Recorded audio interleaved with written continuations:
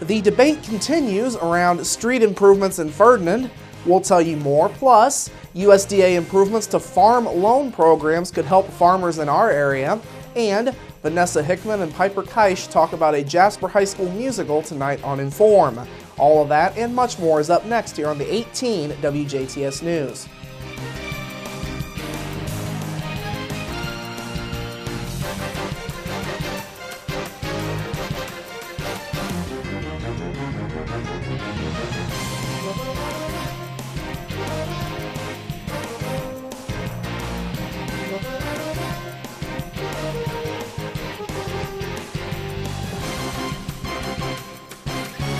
Hello, I'm Bradford Raths. Discussions over street improvements in Ferdinand are continuing in light of complaints from area residents.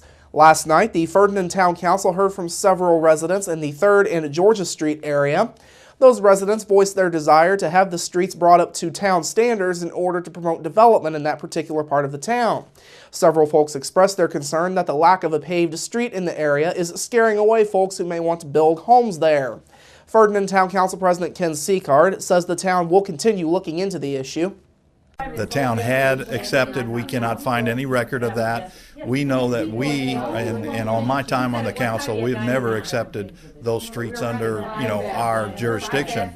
So we're trying to work with them. We realize that, it's needed, but at the same time, there has been no development cost offers to us to help us get things going or get things moving. And we also realize it's a substantial cost to put streets in. Property and Street Superintendent Tom Leakin has been looking into potential costs for bringing the 3rd and Georgia streets up to town standards. Those numbers will likely be brought forward at a future meeting.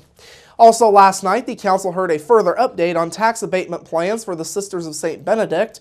Proposed plans would see Bennett Hall converted into 15 senior housing units. The units would be 2-bedroom, 2-bath apartments for lower to middle income senior citizens. They would also feature amenities such as a community room and an exercise facility, along with being energy efficient. Rent for the units would tentatively be set somewhere between $320 and $650 per month, though there is nothing set in stone. Seacard says that project, plus ongoing work to locate a brewery in the monastery area, is a win-win situation. This should help the sisters. Hopefully, if they can get it, it gives them another use of a building on site that right now is not being used. If approved, renovation work on Bennett Hall would start sometime next year, with the project being completed in 2016. The total investment would be $4.1 million. Now, the council has one more special meeting to further discuss the abatement. That meeting will be held at 5 o'clock on Monday, October 27th at Ferdinand Town Hall. The DuBois County Substance Abuse Council has awarded its second round of grant funding for this year. The SAC has awarded nearly $16,500 to local organizations. This funding is for the fall application period. Other funds were distributed for the spring period back in March.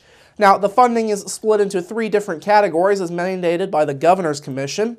These are treatment intervention, prevention and education, and criminal justice services. For the fall period, Forest Park Junior Senior High School, Northeast DuBois Post Prom, and Crisis Connection Natural Helpers were among those to be awarded money in the prevention and education category. Meanwhile, Crisis Connection and Memorial Hospital and Healthcare Center were awarded funds in the treatment and intervention category. Finally, the Ferdinand Police Department and the DuBois County Drug Court were also funded.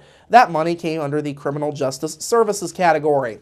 Now, funds that are awarded by the council are taken from countermeasure fees assessed by the DuBois County courts. These fees are from drug and alcohol offenders as part of their court costs. The U.S. Department of Agriculture is improving farm loans by expanding eligibility and lending limits to more beginning farmers. Tracy Bruckner is the Senior Associate for Agriculture and Conservation Policy with the Center for Rural Affairs. Bruckner says the changes are part of a successful new microloan program that is benefiting first-time farmers. It gives them that ability to get some access to some credit and start to build a history and start to develop their farming business, and then they can grow from there. So it's really helping give a leg up so they can get started and then get stronger as they enter into agriculture. Bruckner also says changes to lending and eligibility will help more folks who are interested in getting into farming and ranching, along with those seeking to improve their current operation. Bruckner says one of the important changes is the flexibility of the microloan program. That program previously had required farmers to show that they have filed income taxes for 3 years in order to be eligible for land purchases. That requirement is no longer in place. On a final note, Bruckner says more than half of USDA loans are now distributed to first-time farmers. The Vincennes University Jasper campus will be playing host to an event aimed at getting folks to better understand Latino culture.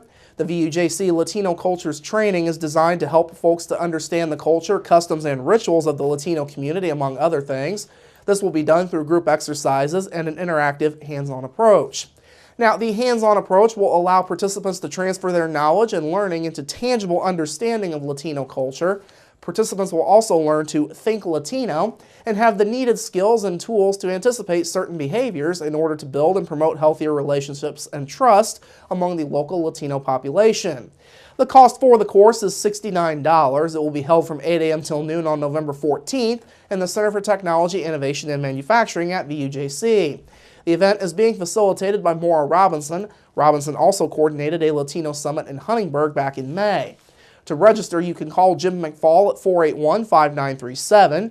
You can also email him at jmcfall@vinu.edu. Now for a different kind of Halloween spirit. Workers spent hours unloading hundreds of pumpkins from a semi-trailer after it slid down an embankment along a southwestern Indiana highway. Charles Hancock of Hancock Trucking says a crew of 15 people worked 4 hours on Tuesday on moving the pumpkins from the wrecked trailer along US 41 in southern Sullivan County. Sheriff Sergeant William Sneed says the truck crashed Monday night during a storm with heavy rain and strong winds. The driver was hospitalized with cuts to his head. Now, many of the 1,800 pumpkins that were spilled from the tarp-covered trailer into a farm field, Sneed says the towing company wanted the rest removed before moving the truck. Hancock says he expected to be able to salvage about 80% of the pumpkins. They originally were bound for St. Louis. The mother of an Indiana aid worker held hostage by the Islamic State group has taken to Twitter in hopes of communicating with the captors who have threatened to behead him. The plea yesterday from Paula Kosig urges the militants to discuss his fate with his parents. Her son, Abdul Rahman Kosig, was captured in October of last year while delivering aid to Syria. Militants threatened to behead him during a video that was published on October 3rd.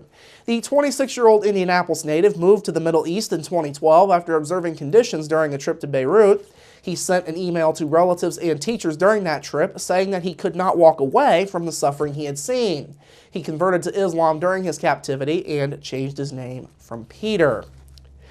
The Indiana Attorney General's office says same-sex couples who married in the 2 days after the state's gay marriage ban was first struck down in June should confirm that their marriages were properly recorded.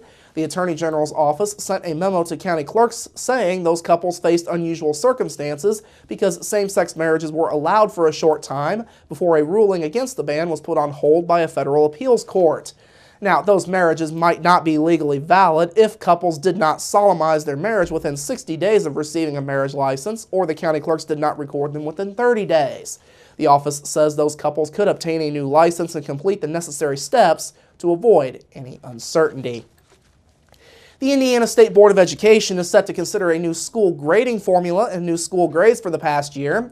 The board was expected to approve the 2013-2014 school grades during its meeting today.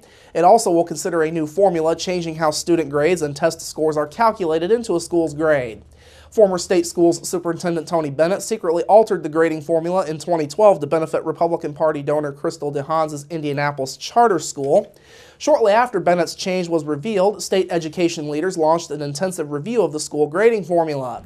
State board members and others have expressed frustration over trying to find a system that works for all of the state's schools. Finally tonight, Governor Pence says he'll roll out his legislative agenda sometime between Election Day and New Year's, but he's praising the priorities laid out by fellow House Republicans. Pence says advisors are still crafting his proposed 2-year budget, which he says will incorporate his policy goals. However, he says he likes what he's hearing from House Republicans, who say they want to go beyond the 3% school funding increase approved in last year's spending plan, while keeping the budget balanced and maintaining a strong surplus. Now, 6 months ago, Pence said he'd call for simplification of Indiana's tax code after receiving recommendations from a special panel studying the issue. He says he's still awaiting that report before making any specific proposals. House Speaker Brian Bosma says it's time to take a breath on cutting taxes, but he says he's open to proposals to make the code itself less burdensome. All right, coming up after the break, your local forecast, sports with Kurt Gooksell, and Inform with Vanessa Hickman and Piper Keish.